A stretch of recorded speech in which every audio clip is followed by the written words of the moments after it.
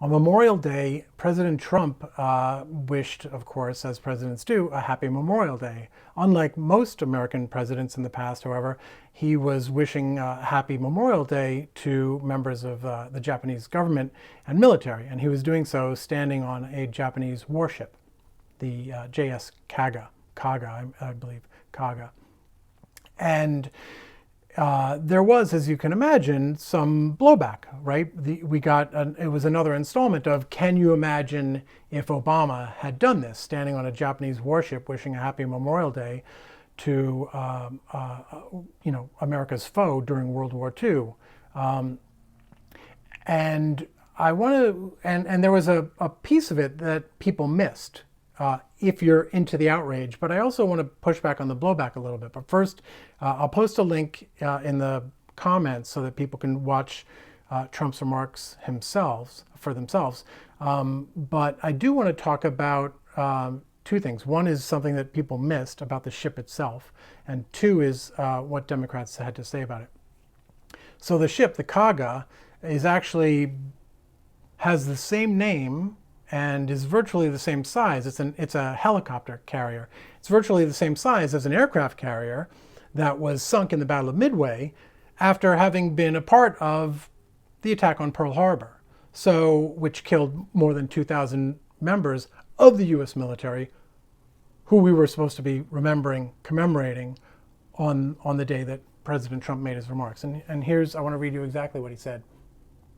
I just want to say that our First Lady and I are very honored to be here today on the JS Kaga.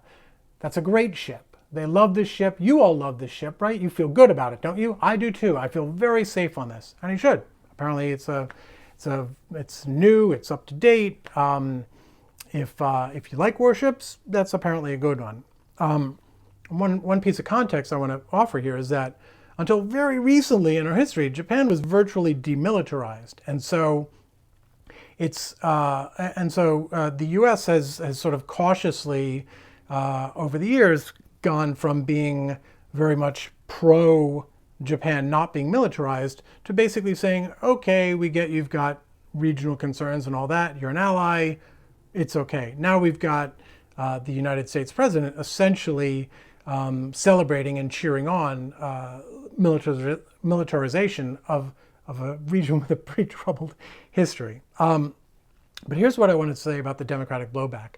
The typical response to this is, can you imagine if Obama said this? And we all know the answer is, of course not, right? To borrow Cenk's phrase, of course, right? Of course Republicans would have gone utterly nuts. Not all Republicans, but I'm talking about the general typical reaction would have been to go entirely nuts, accuse Obama of being un-American, all this stuff.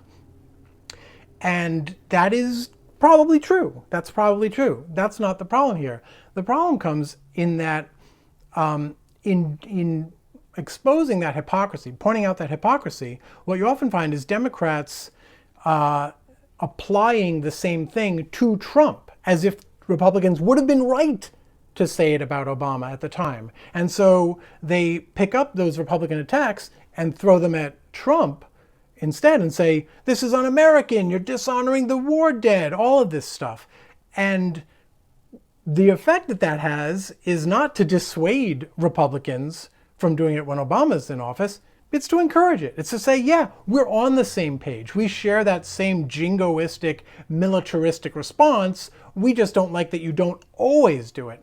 And it seems to me that if you don't like it when Republicans do it to Obama, the way to, or any other Democratic president, the way to get that out of our vocabulary is not to push back on Trump, but to say, but to join in, right, and implicate Republicans in the acceptance and normalization of these things that tend to go against bearing historic military grudges, jingoism, militarism, all of that stuff, right? Embrace that, and if anything, amplify it and put them on the map as endorsing it. That makes it a lot easier to push back when it's done against Democrats. At least I think that's my theory. Never been tried, so who the hell knows? But that's the way I look at it.